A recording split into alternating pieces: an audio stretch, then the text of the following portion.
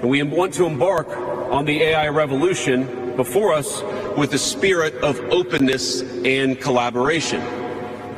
But to create that kind of trust, we need international regulatory regimes that fosters the creation of AI technology rather than strangles it.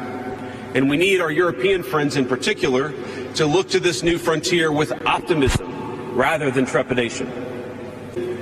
Now, we invite your countries to work with us and to follow that model if it makes sense for your nations. However, the Trump administration is troubled by reports that some foreign governments are considering tightening the screws on U.S. tech companies with international footprints. Now, America cannot and will not accept that, and we think it's a terrible mistake, not just for the United States of America, but for your own countries.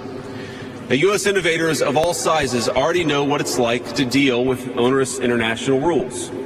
Many of our most productive tech companies are forced to deal with the EU's Digital Services Act and the massive regulations it created about taking down content and policing so-called misinformation. And of course, we want to ensure the internet is a safe place, but it is one thing to prevent a predator from preying on a child on the internet, and it is something quite different to prevent a grown man or woman from accessing an opinion that the government thinks is misinformation. Now, at this moment, we face the extraordinary prospect of a new industrial revolution, one on par with the invention of the steam engine or Bessemer steel.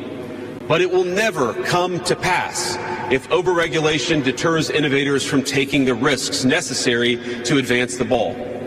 Nor will it occur if we allow AI to become dominated by massive players looking to use the tech to censor or control users' thoughts.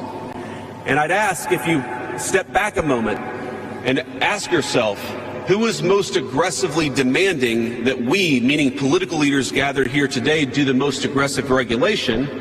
It is very often the people who already have an incumbent advantage in the market.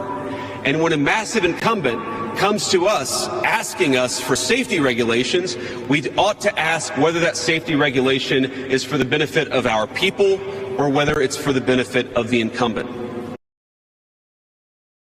Is that the Trump administration will ensure that AI systems developed in America are free from ideological bias and never restrict our citizens' right to free speech. We can trust our people to think, to consume information, to develop their own ideas, and to debate with one another in the open marketplace of ideas.